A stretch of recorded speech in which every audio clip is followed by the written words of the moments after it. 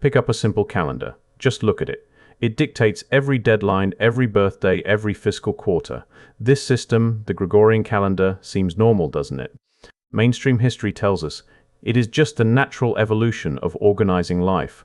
But look closer. It is a mathematical paradox, a chaotic, irregular structure of 28, 30, and 31-day months, with February expanding and shrinking without reason. It is designed so that no child can memorize it without using a knuckle trick. It is inherently broken. And this is where the deeper mystery begins. Why would the massive, sophisticated civilizations of the Old World, those who built structures we are told they could not possibly build, utilize timekeeping systems far more mathematically perfect and precise than ours, before the era of massive, unexplained urban fires and mysterious mudflood events that reshaped entire American cities like Chicago, which was supposedly razed in 1855, there were systems in place designed to synchronize human beings with natural, predictable cycles.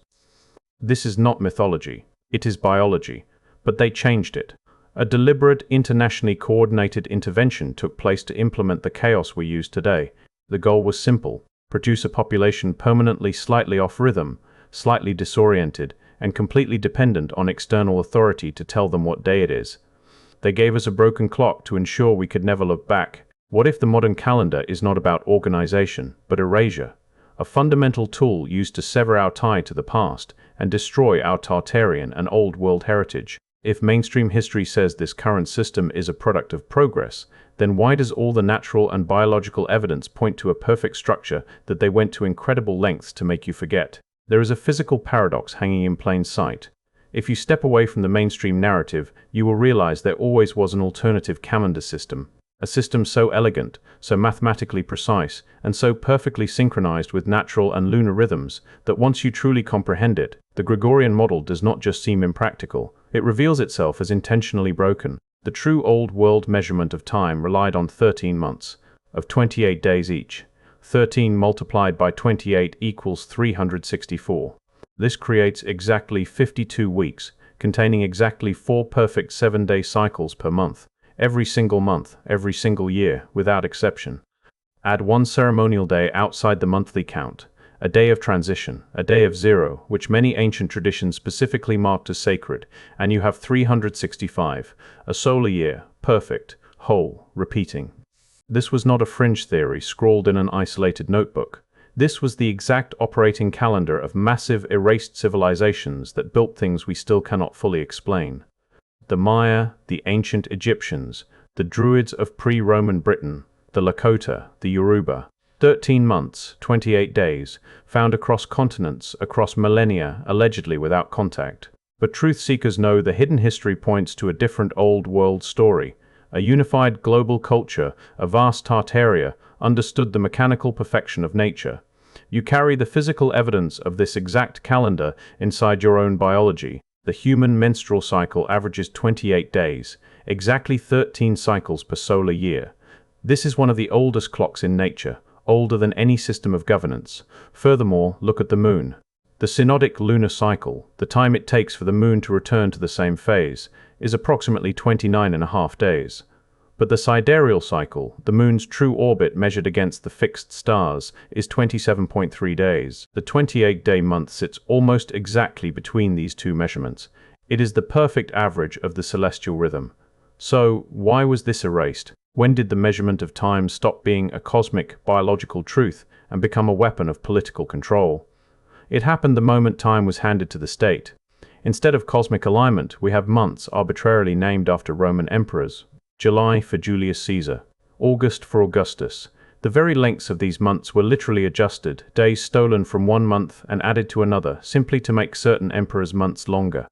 This was the beginning of a grand architectural theft, an ongoing erasure that paved the way for modern controllers to keep our history deliberately falsified. Information layer. The rewriting of time goes hand in hand with the rewriting of physical reality. Consider the historical anomaly of the year 536 AD, recorded as the time the world went dark, plunging humanity into a bizarre amnesia. They obscured the sky, and they obscured time. Fast forward to America. Did you know that America had no banks as we know them until 1863? Just as financial control was centralized, so too was the control of our perception. By removing the organic 13-month system, they created irregular months which force irregular accounting. Irregular accounting requires intermediaries, administrators, and massive financial institutions. This was an essential step in hiding the truth of our old world heritage.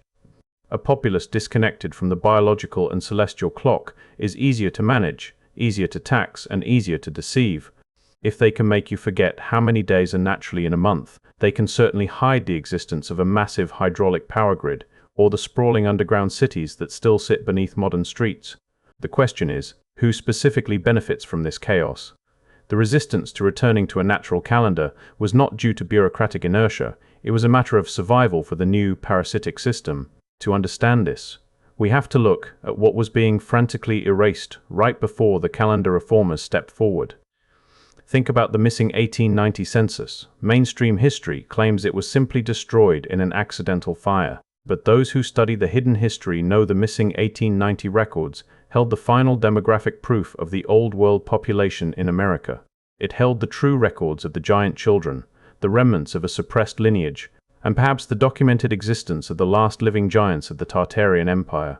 By the year 1900, institutions like the Smithsonian were already actively collecting and hiding these anomalous artifacts, keeping our history deliberately falsified. Yet, the memory of the correct timeline had not completely died. At a specific moment in the early 20th century, scholars, economists, and philosophers knew the Gregorian calendar was a fabricated cage. They organized a serious, sustained, internationally coordinated effort to change it back.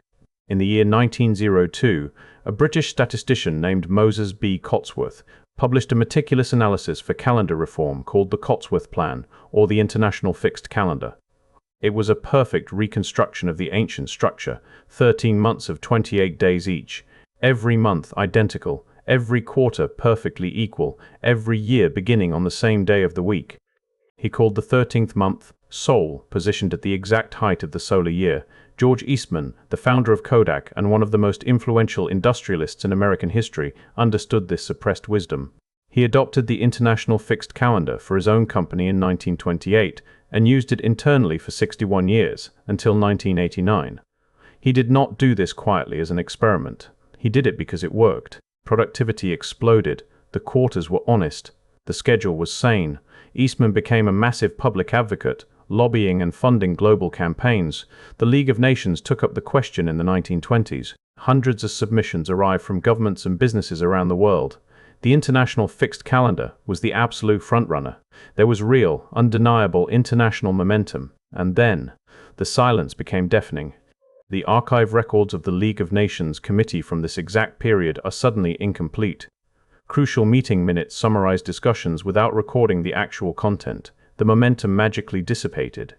By the mid-1930s, the conversation had effectively ended. The fixed calendar was quietly shelved. It was not voted down in a famous session, nor dismantled by a superior argument.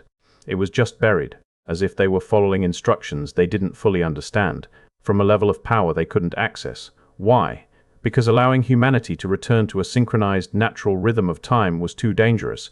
It would awaken a dormant biological frequency.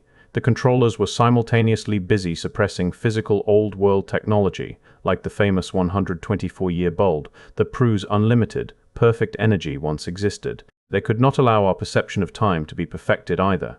We see this exact pattern of frequency suppression everywhere. Look at the year 1929. We are told 1929 was just a financial crash, but it was a structural reset. This was the exact time when countless massive atmospheric old-world bells were systematically destroyed, dropped from towers and melted down, silencing the healing frequencies of the past. The year 1929 marked both the destruction of the bells and the quiet assassination of the 13-month calendar movement. The physical evidence of this global old-world system is etched into the very stones of our Earth. Look at the ancient structures aligned to the 28-day cycle.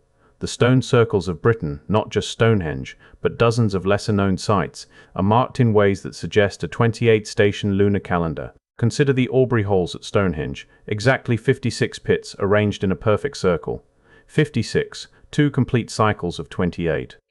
Researchers have proposed for decades that these holes track the lunar cycle precisely in the way a 13-month calendar would require. Yet, the official archaeological literature treats this as just one possible interpretation among many. Why is this interpretation not central?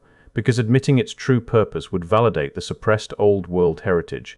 Look at the Maya long count calendar, the most precisely engineered timekeeping system ever constructed by supposed pre-industrial civilization. It is built on base 20 arithmetic, organized around a 20-day period called the uinal, but it is deeply embedded within a larger structure that cycles through 13 numbers in continuous rotation. 13 again, and 28 days is exactly how long it takes for the Pleiades, a star cluster considered sacred by the Maya, to complete a specific observational cycle in the sky above the Yucatan. Look at the Egyptian civil calendar, 12 months of 30 days, plus 5 epagamenal days. Days set completely outside the regular calendar, considered mythologically dangerous or sacred. Or, the architecture of the solution is identical across the board. One day outside the regular count to complete the solar year. Different cultures, different geographies, different millennia, yet the exact same underlying mathematical logic. This is not parallel evolution by chance. This is the shared inheritance of a unified global civilization. So, what happened to this magnificent system? There is a specific and documentable pattern in the historical record of calendar transitions. When Rome imposed the Julian calendar on the territories it conquered, it did not simply offer an alternative, it actively suppressed local timekeeping. Druids who maintained the Celtic lunar calendar were targeted, their traditions criminalized, and their oral knowledge deliberately disrupted. Later, when the Gregorian reform replaced the Julian calendar in the year 1582, entire cultures literally lost days. The days vanished from the legal record. Buildings were dated according to systems that had ceased to exist, and people went to sleep in one month and woke up in another. Moshe Idol, the Kabbalistic scholar, and experts in ethnoastronomy have noted that this suppression was rarely presented as a political act. It was always framed as correction, modernization, the replacement of superstition with science, the replacement of the body and the moon with the clock and the state. The administrators and priests who adopted these new systems rarely understood the full logic of what they were abandoning, nor the implications of what they were adopting. They were merely executing a grand design passed down by the controllers. We see this exact dynamic repeated in the modern era. The deepest silences in the archive always cluster around these transitions. The Cotsworth papers, housed at the University of Toronto, contain massive, unexplained gaps around the exact years of peak lobbying for the international fixed calendar. Not water damage, not cataloging errors. These are deliberate gaps that cluster around the most consequential moments. What does it do to a human nervous system to live for generations in a state of chronological irregularity? There is emerging research in chronobiology, the science of biological time, suggesting that human health, cognitive function, and emotional regulation are deeply affected by alignment or misalignment with natural cycles. By ripping us from this cycle, they damaged our very biology. George Eastman died in the year 1932. His company quietly abandoned the international fixed calendar in 1989 after 61 years of internal use. No major announcement, no official explanation, just a quiet transition back to the chaotic Gregorian system. Today, the World Calendar Association still exists, and the 13-moon calendar movement, inspired in part by the research of Jose Arguelles, still argues for a return to the 28-day cycle. But these movements exist mostly at the margins, unfunded and untaught. The erasure is nearly absolute. By the year 1953, as the last witness to certain undocumented temporal anomalies and true Old World architectural transitions was systematically silenced, humanity was left completely orphaned in a fabricated timeline. We are living inside a matrix of fake time. I am asking you to consider a profound question. What did we actually lose when we lost the rhythm? Or rather, is the word lost even accurate? The evidence we have uncovered suggests taken is closer to the truth. Why do the deepest, most unexplained silences in the historical archive always seem to cluster exactly around the moments of replacement, around the specific transitions, around the exact points where one way of measuring time ended and a new artificial one began? I am asking the oldest version of the question, the one underneath all the other old world mysteries.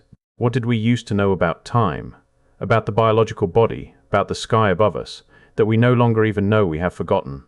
And maybe that is the most unsettling realization of all. Not that the knowledge of the perfect 13-month calendar was violently destroyed. Destruction leaves evidence. Destruction leaves ash. Destruction leaves the memory of fire, but this was displaced quietly, incrementally. It was replaced with a control system, just functional enough that nobody screamed, just workable enough that the massive loss went unnoticed for generations. We did not mourn the 13 months because we were never told they existed. We did not miss the rhythm because we were born already out of step. We were handed a broken clock and told it was the only clock there ever was. If they can successfully erase the very rhythm of time, rewrite the sky, and hide the true history of the world right in front of us, what else have we been handed and never thought to question? Let me know what you think in the comments below.